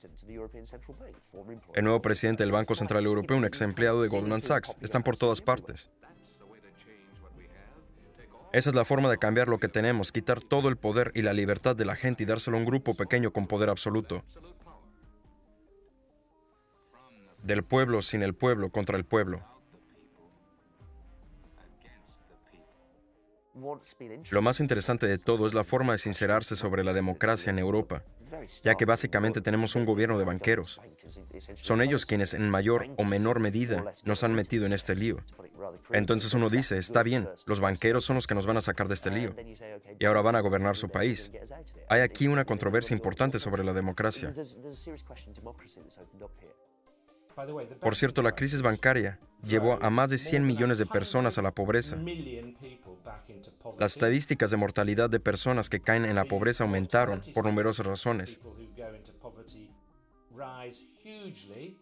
Vemos entonces que la crisis bancaria no solo trae pobreza, sino también muerte. ¿Sabes qué? Aún no hemos llegado al fondo del asunto. Nunca pedimos cuentas a nadie y no hemos hecho las reformas necesarias porque creímos erróneamente que si llevaríamos la situación más lejos, haríamos que fuera peor. ¿Quiénes tomaron las decisiones? Los que estaban encima de nosotros.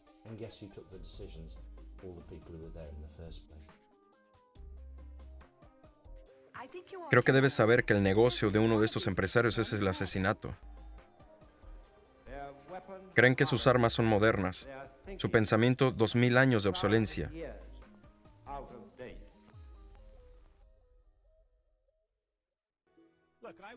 Estuve ahí cuando el secretario y el presidente de la Reserva Federal hablaron con los miembros del Congreso sobre la situación. Fue alrededor del 15 de septiembre. Ni siquiera hablamos de estas cosas.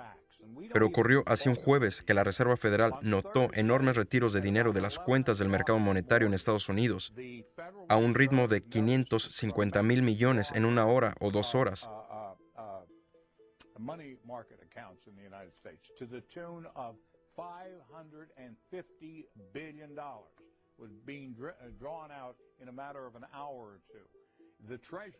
El Tesoro, en su intento de ayudar, inyectó 105,000 millones al sistema y pronto se dieron cuenta de que no podían frenar la marea. Estábamos enfrentando un pánico electrónico en los bancos. Decidieron cerrar la operación, cerrar las cuentas de mercado monetario y anunciar una garantía de $250,000 por cuenta para que no hubiera mayor pánico. Eso es lo que realmente ocurrió. Si no lo hubieran hecho, se estima que para las 2 de la tarde se habría retirado $5,5 billones del sistema de mercado monetario de los Estados Unidos. Habría colapsado toda la economía de los Estados Unidos y en 24 horas la economía mundial habría colapsado. Aspectos internacionales. Cuando el dinero es transferido a nivel internacional de una moneda a otra, la moneda de reserva pasa del Banco Nacional de un país a la cuenta de reservas del banco extranjero. Los bancos extranjeros tienen relaciones con la banca local que les permiten guardar reservas monetarias extranjeras sin formar parte del esquema del Banco Central local.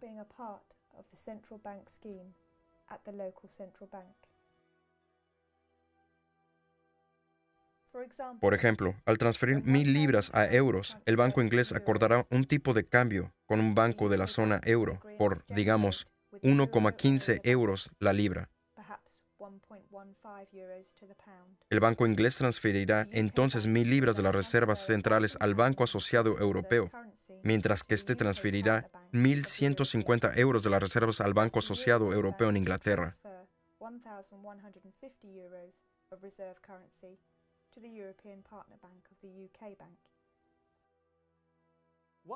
¿Cuáles son las consecuencias que se producen cuando el sistema de tipo de cambio y el dinero no son controlados? Devaluaciones, especulación, desequilibrios, que acumularán más los países. ¿Qué? ¿Otras divisas? ¿Otras divisas?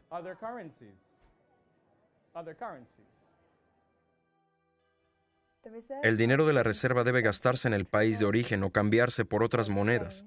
La mayoría de los bancos extranjeros no tienen depósitos fuera de sus fronteras y, por tanto, las reservas en moneda extranjera que poseen no retornan en forma de depósitos.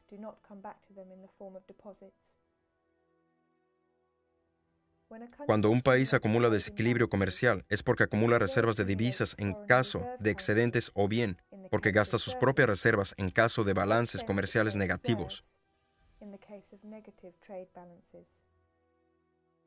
La balanza comercial es la diferencia entre lo que se ve y lo que se compra en el extranjero.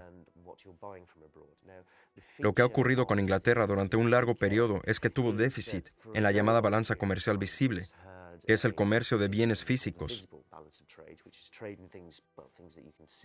Son vehículos, computadoras, objetos que se consiguen en tiendas. Ha sido un déficit importante. Creo que empezó a principios de los años 80 y no ha desaparecido desde entonces. Si acaso, se ha hecho más grande.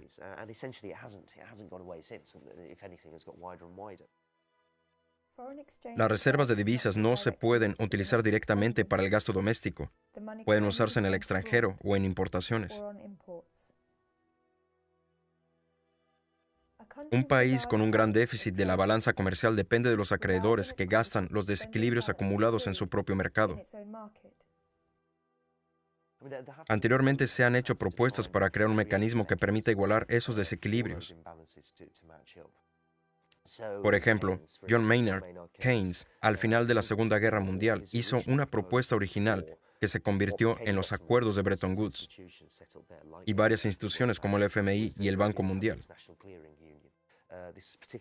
Su propuesta hace referencia más al ámbito comercial que al financiero. Pero lo más importante era que una vez que las balanzas comerciales se abrieran, todos harían transacciones a través de los bancos, y eso obligaría a todos a reconciliar eventualmente los desequilibrios que aparecieran en la economía real. Pero un mecanismo así no existe. El desequilibrio comercial neto de Inglaterra asciende a 800.000 millones.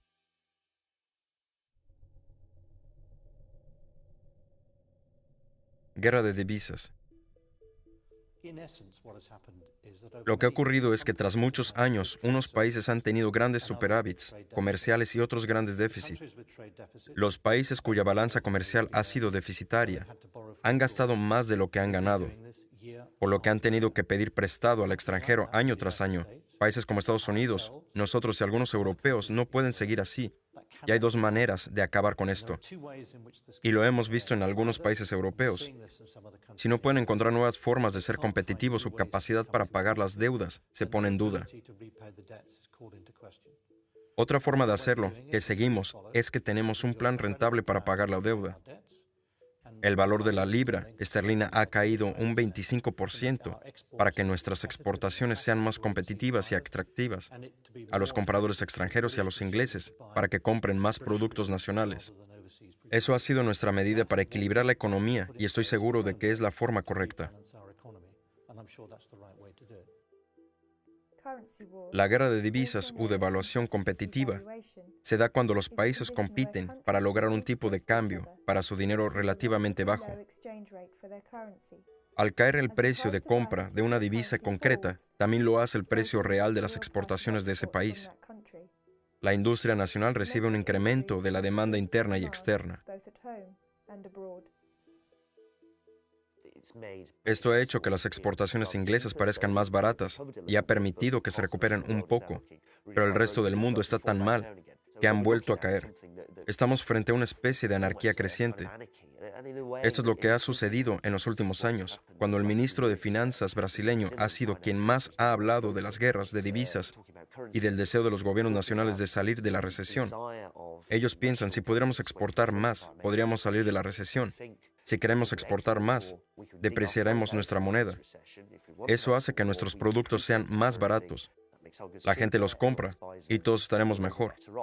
El problema es que si uno se desprecia, los demás se revalorizan. Sus productos se vuelven más caros, así que no están contentos porque ellos también quieren depreciar.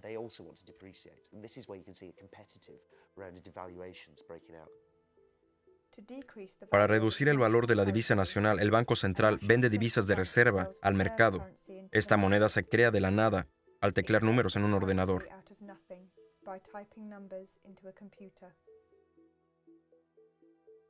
Por ejemplo, un banco central compra divisas.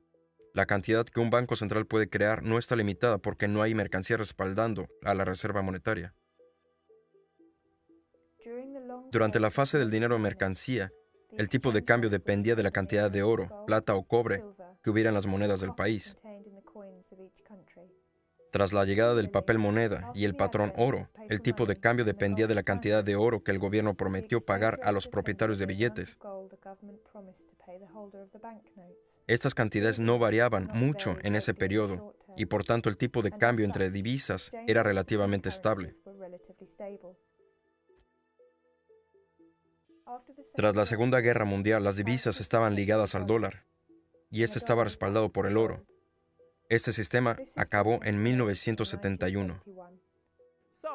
Tenemos un sistema financiero moderno en el que el dinero está mal organizado. No hay un tipo de cambio porque no hay un patrón de oro que lo sostenga. Así que no lo necesitamos. De hecho, creemos que el mercado resolverá todos los problemas de cambio.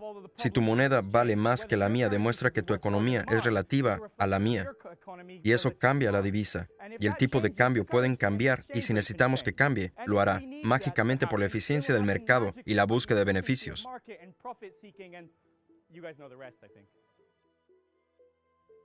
El valor de las divisas en relación con otras lo determina el mercado. Si se prefiere comprarlas en vez de venderlas, su valor aumenta. Por el contrario, si se quieren vender más, su valor disminuye. El valor lo establece en unos bancos concretos al comprar y vender divisas. Ajustan el tipo de cambio. El último estudio de 2007, leí que el mercado de divisas se comerciaba 3,2 millones de dólares al día. ¿Quién sabe cuál es el PIB global?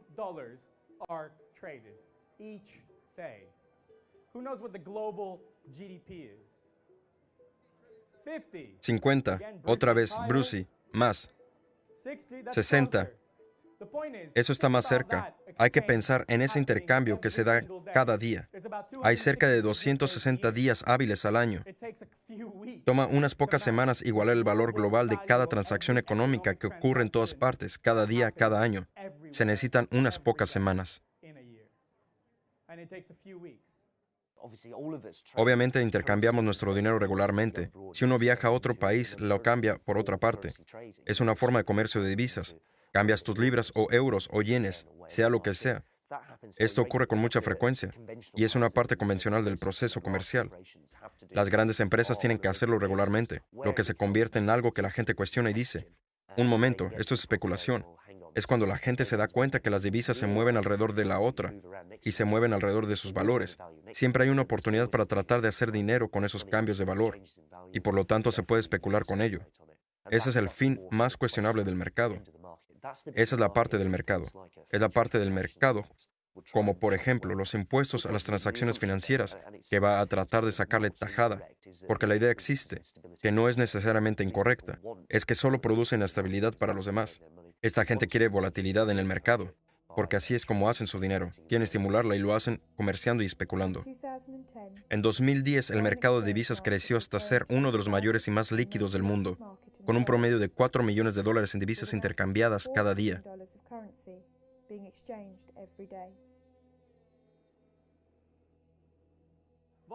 La volatilidad crea necesidades. ¿Cómo afecta a los países, especialmente a los que están en vías de desarrollo? Si de pronto aparecen grandes variaciones en flujo financiero, ¿qué hacen?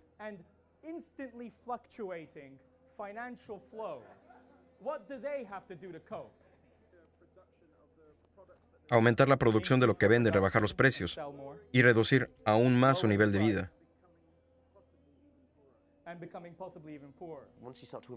Una vez que se empieza a hablar del sistema internacional, esto se vuelve algo muy peculiar, ya que depende en gran medida del sentimiento y creencias sobre cómo es una economía, más que de lo que la economía puede estar haciendo en realidad o no. Esto puede cambiar muy rápidamente, ya que si es solo la creencia de alguien en una divisa, es soportable. Uno sabe que esta persona puede seguir creyendo esto indefinidamente. El proceso de contagio financiero puede suceder en tan solo minutos o incluso segundos. La aparente estabilidad o robustez de una economía puede volverse de repente contra uno y encontrarse uno ahora hostigado por los mercados. Con frecuencia puede ser que sea el país vecino el que está en problemas.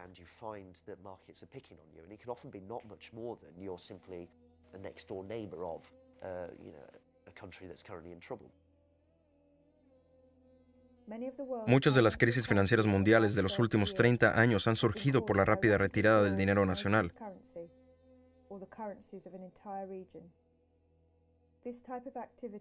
Esta acción se conoce como guerra económica.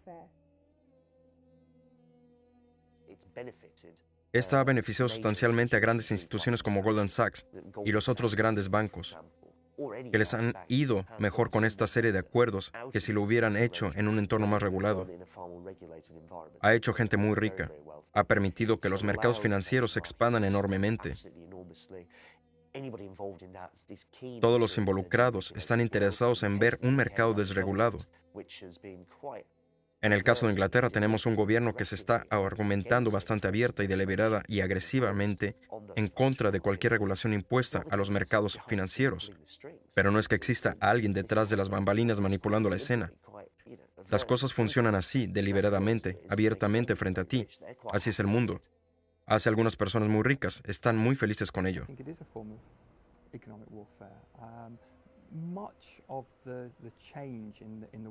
Creo que es una forma de guerra económica. Muchos de los cambios que se han producido en la economía mundial en los últimos 30 años son el resultado de una deuda del tercer mundo, ya que ha otorgado a países ricos, bancos, sector financiero, un gran poder y control sobre las zonas pobres, y estas son las que producen muchos de los recursos que empleamos y que incluso se ha llegado a comparar con un tipo de colonialismo. Es una forma directa de poder que se utiliza sobre esos países para obligarles a cumplir con los intereses de los países más ricos. Como resultado, no solo las corporaciones han crecido y sacado enormes beneficios, sino que también lo ha hecho el sector financiero. El dinero que se crea en el mundo hoy no es el resultado de la producción, sino de la especulación. Hacer dinero del dinero es la forma más rentable y la mayor forma de actividad económica mundial que existe hoy en día. To be made today is not by producing anything at all. It's simply by forms of speculating, basically making money from money.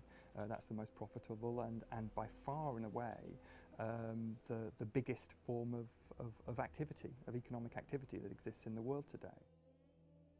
Para protegerse, los países pobres acumulan el dinero que crean los ricos de la nada.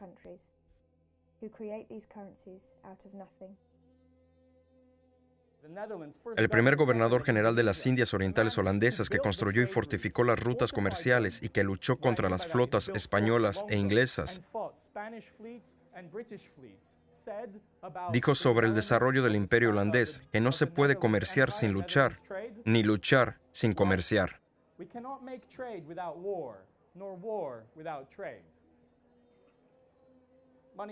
Dinero y poder.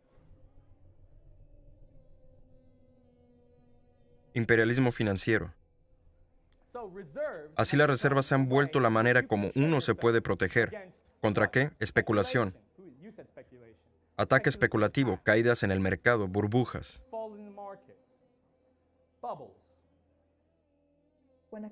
Cuando un país sucumbe ante un ataque especulativo, se le pide que desregule los mercados y adapte su sistema financiero al de la parte dominante.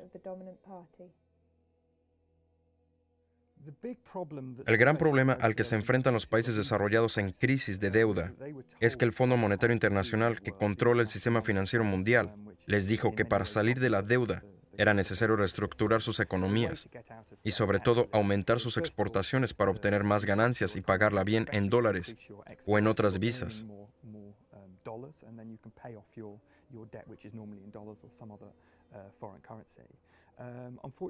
Con el paso del tiempo, ese sistema no funcionaba. Lo que hicieron fue cortar su gasto público para que no creciera y poder centrarse en el mercado de la exportación y en la producción de dólares, al estar tan centrados en intentar saldar la deuda, que no paraba de aumentar. Han estado pagando mucho más en la deuda que lo que han gastado en sanidad, educación o cualquier otra cosa, y sus deudas han sido cada vez mayores. El país no tiene más remedio que permitir a las grandes empresas explotar sus recursos naturales y su mano de obra. Imperialismo financiero, ampliación y mantenimiento del poder imperial mediante el control monetario. No hay ningún misterio sobre lo que ocurre aquí y sobre cómo funciona el mundo. Durante los últimos 30 años se ha estado etiquetando todo como neoliberalismo, cuya idea principal es que debería haber tipos de cambio flotante, menos controles en los mercados financieros y menos intrusión del gobierno en las actividades mercantiles. Encontramos también varios organismos destacando el Fondo Monetario Internacional, que tratan de implementar estos cambios. Por tanto, no nos sorprenda que haya más gente que manipule. Lleva siendo así desde hace mucho tiempo, y es así como funciona, haciendo a la gente mucho más rica. greatly shadowy, if you see what I mean, that there are people behind the scenes somewhere trying to manipulate stuff. It's actually, this is quite overt. This is happening, and this is how, for my entire adult life, actually, is the way it starts to look like. This is how the world is operated, and it's made some people very, very wealthy. It's produced enormous concentrations of wealth. Cuando el FMI interviene para aliviar la deuda de un país, impone una serie de condiciones. En los años 80 y 90 se conocía como un programa de ajuste estructural y tiende a formar formas muy similares donde sea que ocurre. De hecho, hoy se puede ver programas de ajuste estructural en países como Grecia, Portugal e Irlanda, que son instruidos a disminuir la cantidad que gastan en el sector público, a liberar sus mercados y liberalizar su mercado de capitales para que el dinero pueda entrar y salir mucho más fácilmente en estas economías.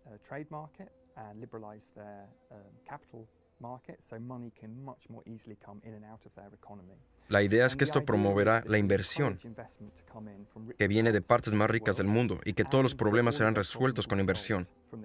De hecho, se ha probado una y otra vez que esto no tiene ningún fundamento. En realidad destruye las industrias y capacidades incipientes en estos países en desarrollo que se vuelven completamente dependientes de los bienes y servicios de los países desarrollados y también del capital de estos países desarrollados.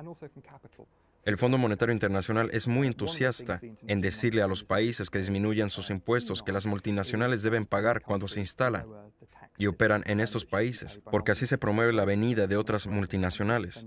Claro que esto también significa que la ganancia hecha por estas multinacionales se va así de rápido, y también el país no se beneficia. Muchos países subdesarrollados hoy casi no tienen una base tributaria, no han desarrollado una base fiscal en absoluto, y por eso se vuelven más dependientes de los mercados de capital internacionales, de crear deuda. Por eso hay muchos países en el mundo cuya soberanía ha sido secuestrada. Es muy difícil ver cómo las sociedades democráticas pueden evolucionar o funcionar cuando, de hecho, el gobierno es más dependiente de los dictados del FMI y los mercados monetarios que de sus propios ciudadanos.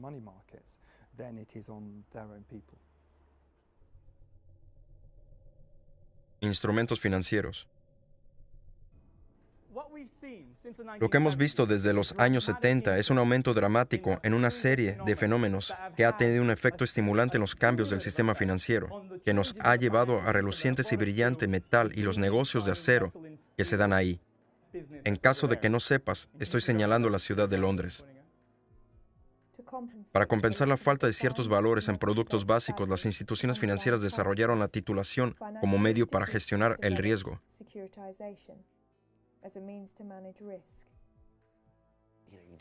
El desarrollo de la titulación consiste en una serie de innovaciones y procesos financieros que se aceleran a partir de años 70 y 80.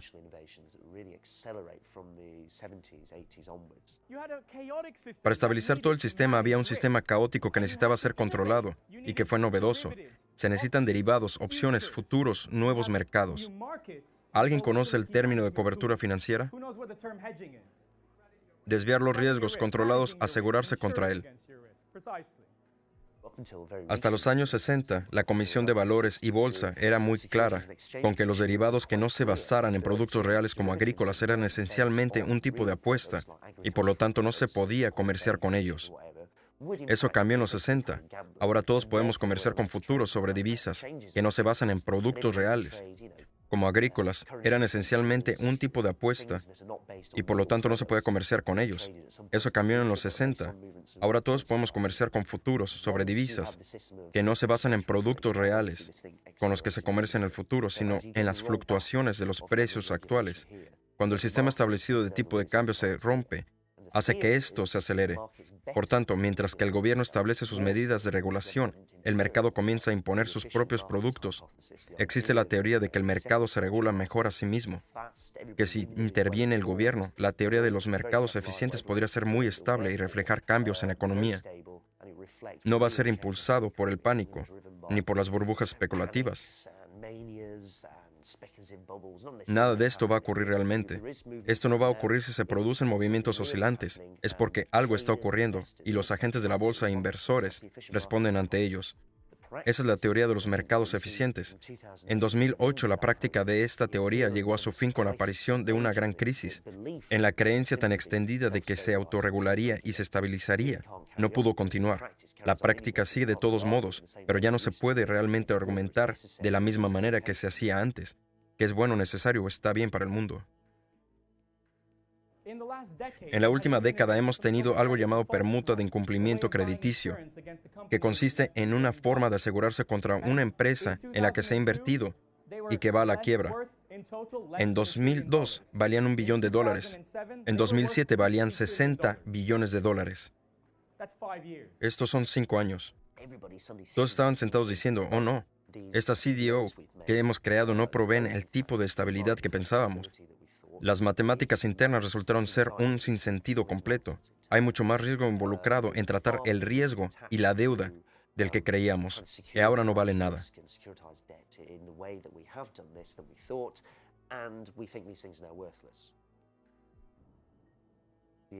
El intento de conseguir diversos métodos para regular el mercado financiero y tratar de sacar provecho del que contribuyó en realidad a producir el efecto opuesto a lo que decían sus defensores, condujo a una caída espectacular.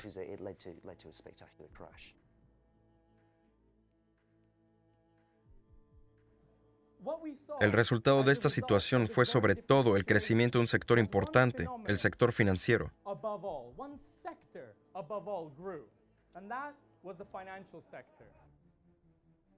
Aunque el sector financiero se beneficia enormemente del sistema monetario actual, este no es ni estable ni justo. En lo que se basa el Banco de Inglaterra es en que el dinero que utilizamos está respaldado por la deuda pública y en que el gobierno pueda cumplir sus promesas exigiendo impuestos a la población.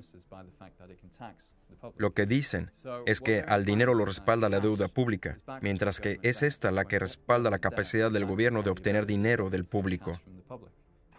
A lo largo de los últimos 30 años hemos visto cómo la deuda privada ha pasado de ser una deuda pública y en última instancia el precio de esa deuda lo pagan los ciudadanos del país deudor.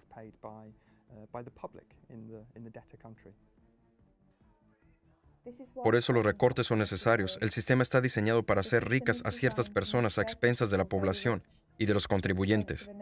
El sistema reduce el nivel de vida de la mayoría y reparte la riqueza entre los privilegiados.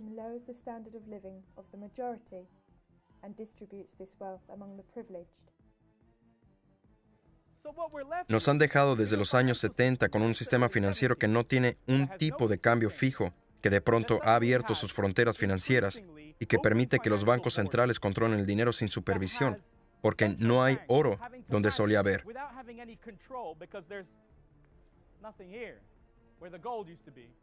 Ahora tienen que aliviarse de forma cuantitativa y conceder préstamos como prestamistas de última instancia.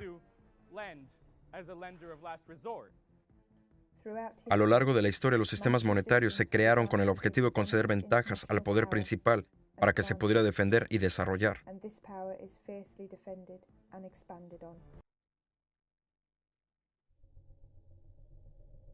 Reforma internacional de la moneda. Me gustaría ver un nuevo tipo de moneda que estuviera respaldada por algo que realmente necesitemos y que tenga valor, como la energía o la energía renovable. Sería interesante tener una moneda respaldada por el kilovatio hora. Tenemos que empezar a valorar los elementos que escasean, ya que la humanidad tiene que sobrevivir. Respaldar una moneda internacional con algo como lo que he propuesto generaría enormes inversiones en energías renovables. Si esa fuera la principal unidad internacional. Otra opción sería crear una cesta de divisas donde se mezclarán todas para así crear una moneda muy estable en la que la gente confiara.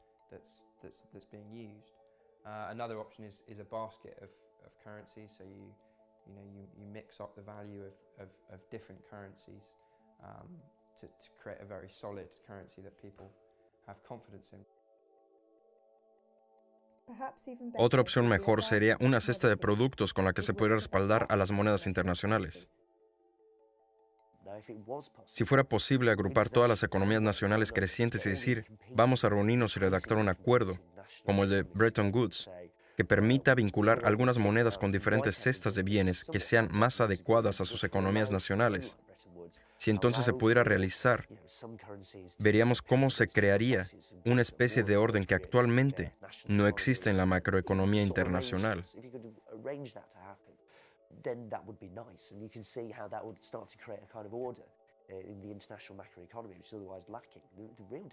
El único problema es político. Entonces, ¿quién va a hacer esto?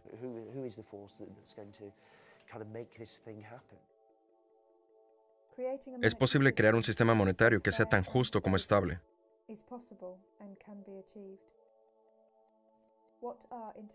¿Para qué están las organizaciones internacionales si no es para ese fin?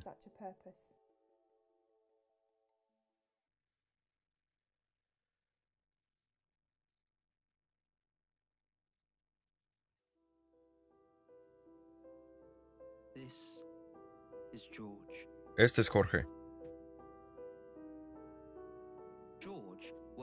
Jorge trabajó en un gran banco en Londres, pero un día, sin aviso previo, su banco quebró.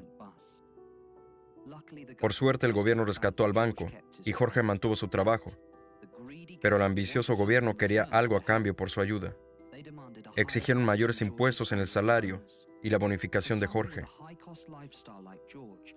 Para alguien con un estilo de vida costoso como el de Jorge, un golpe así puede ser devastador.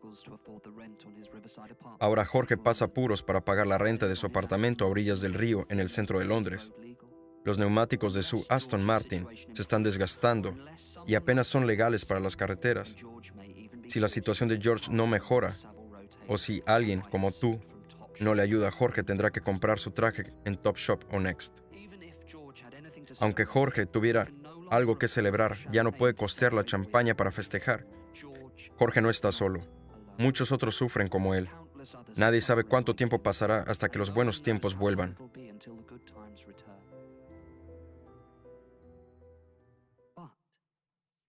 Pero con tu ayuda, Jorge puede volver a su vida. Una simple donación mensual puede traer un poco de sol a la vida de Jorge. Con solo 395 libras, podrá celebrar sus pequeños logros con una botella de champán cristal. Con tan solo 900 libras, Jorge podrá comprar un nuevo juego de neumáticos para su Aston Martin. 2,000 libras pueden ayudar a Jorge a recuperar su autoestima con un traje de un prestigioso sastre. Incluso un monto menor ayudará.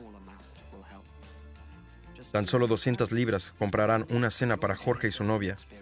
Con 200 libras más, se pueden comprar las bebidas. Al adoptar a un banquero, no solo estarás apoyando a alguien como Jorge en tiempo de crisis, se estará apoyando a los bares de vino de Londres, las fábricas de coches de Italia y a los sastres lujosos. Cumple con tu deber patriótico de apoyar a la mejor industria inglesa en tiempos de necesidad. Cuando vuelvan los buenos tiempos y Jorge recupere su bono, sus impuestos ayudarán a financiar los servicios públicos de los que el resto de vosotros dependen. Así que, por favor, hasta que los buenos tiempos regresen para Jorge y los que son como él, ¿donarás hoy?